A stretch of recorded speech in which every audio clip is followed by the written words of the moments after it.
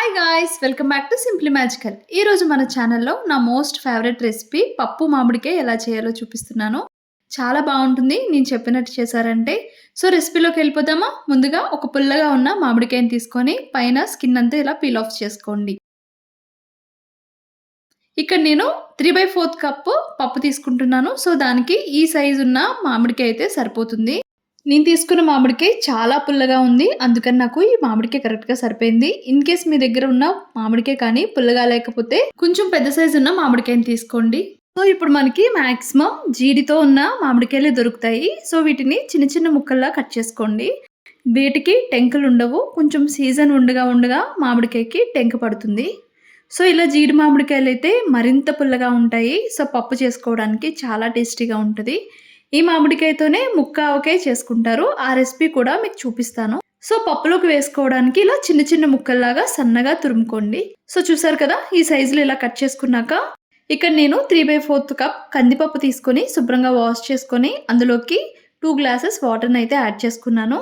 అలానే ఇందులోకి 3 పచ్చిమిరపకాయల్ని ఇలా పొడుగ్గా చీరుకొని వేసుకోవాలి. మనం ఇలా కట్ చేసి పెట్టుకున్న మామిడికాయ ముక్కల్లో కొంచెం వాటర్ వేసుకొని పప్పుతో పాటు ప్రెషర్ కుక్ చేసుకుంటాం. అలానే కొంచెం కరివేపాకును కూడా వేసుకోండి.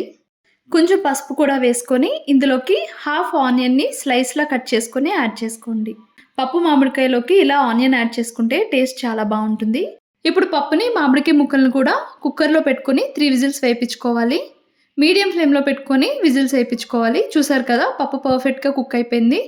ఇప్పుడు పప్పులోకి ఇలా మగ్గించి పెట్టుకున్న మామిడికాయ గుజ్జును కూడా వేసుకొని ఒకసారి కలుపుకోవాలి. ఇప్పుడు ఇందులోకి పోపుని ప్రిపేర్ చేసుకుందాము.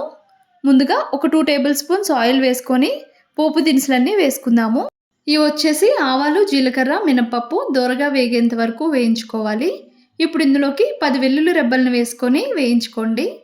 పప్పు మామిడికాయలోకి ఎన్ని వెల్లుల్లిపాయలు ఉంటే అంత రుచిగా ఉంటుంది.